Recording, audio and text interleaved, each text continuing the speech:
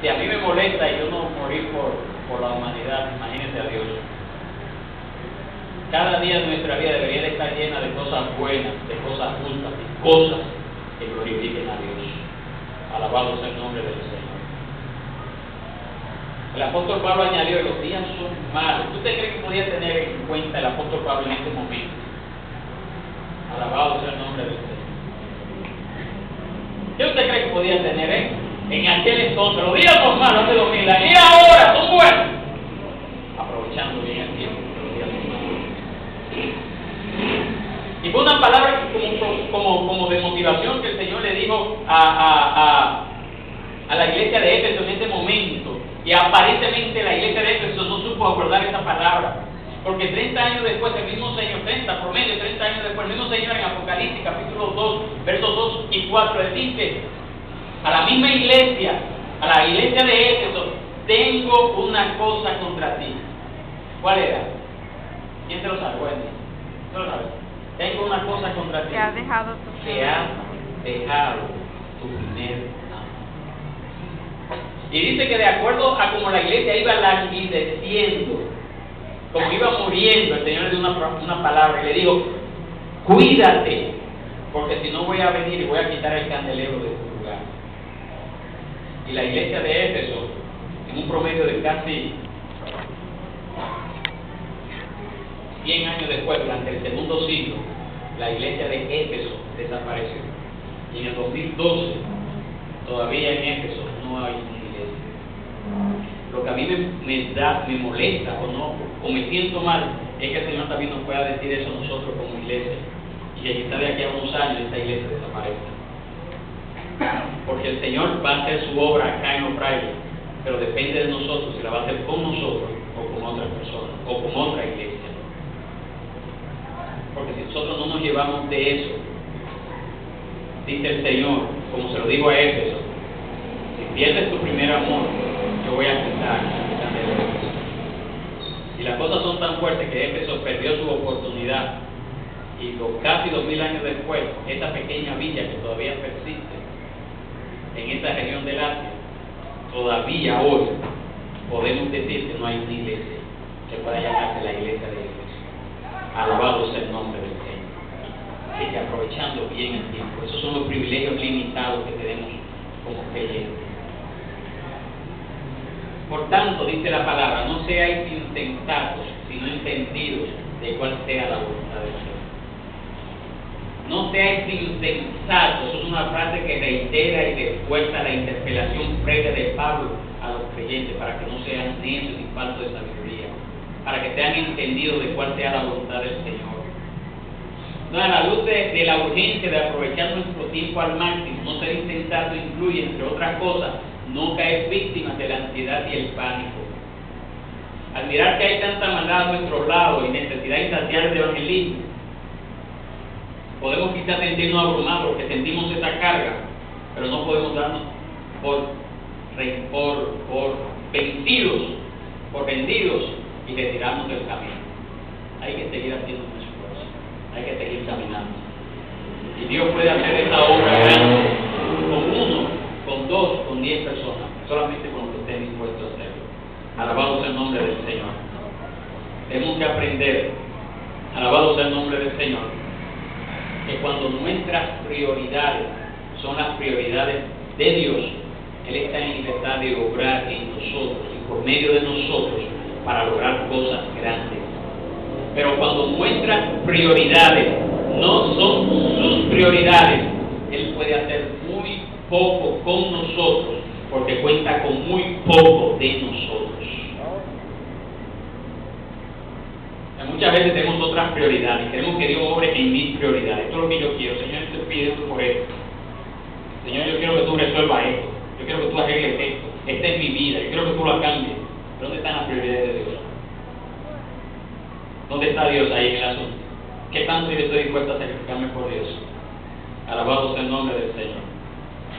El creyente insensato que se comporta de una manera necia trata de funcionar aparte de la voluntad de Dios.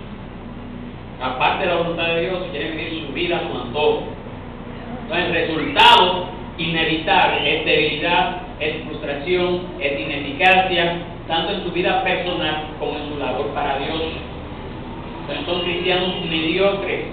Entonces la única cura para tal insensatez consiste en hallar y seguir la voluntad del Señor. Y la voluntad básica de Dios se encuentra, por supuesto, en las Escrituras. Allí encontramos sus pautas perfectas. Allí encontramos lo necesario para conocer y hacer lo que le agrada a Él. No obstante, la voluntad que Pablo parece aquí hablar es la dirección específica del Señor en la vida de los creyentes individuales. Ni siquiera es para la iglesia en este caso específico, sino es para cada uno de nosotros como persona. Este verso 17 es para con nosotros como persona, como individuo. Alabado sea el nombre del Señor. Y muchas veces nosotros decimos, bueno, pero la voluntad de Dios, de los planes que Dios tiene para convivir, no están en la palabra de Dios. Claro que no están, pero allí están los principios generales para entenderlo. Dios no promete mostrarnos su voluntad, entienda eso, por medio de visiones, por medio de coincidencias raras, por medio de milagros. Dios no promete eso.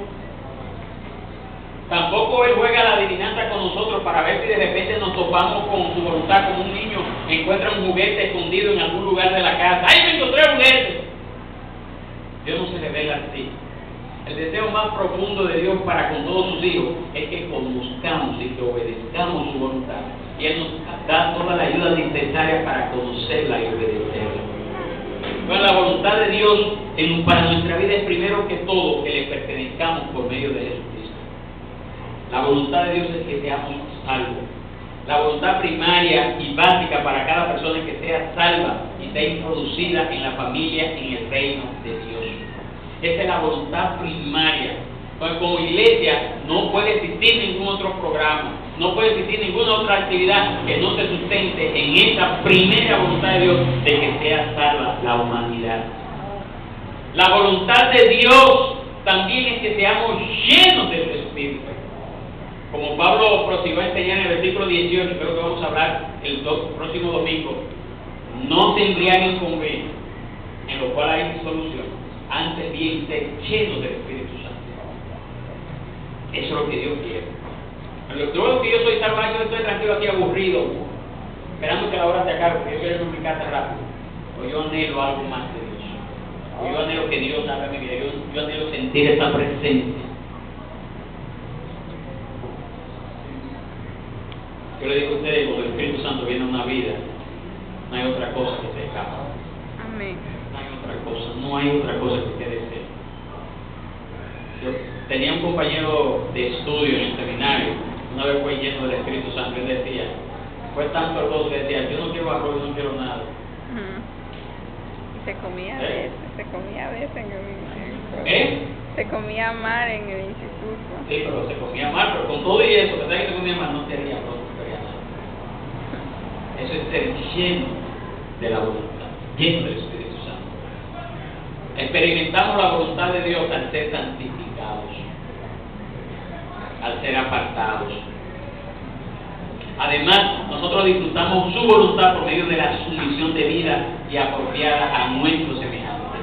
El Señor nos manda a someternos a los gobernantes, a toda institución humana, al rey como superior, a los gobernadores, a todos los enviados por Él para castigo de los malhechores y alabanza de los que hacen bien, porque esa es la voluntad de Dios, que haciendo bien allá es callar la ignorancia de los hombres insensatos. Primera de Pedro 2, 13 al 15.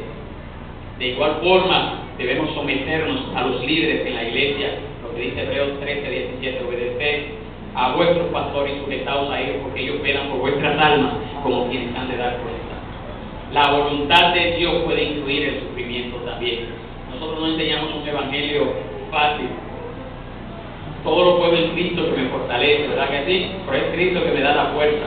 Pero hay momentos de sufrimiento, hay momentos de lucha, hay momentos de dejar, hay momentos de sacrificarnos, hay momentos de llorar, y también esa es parte de la voluntad de Dios.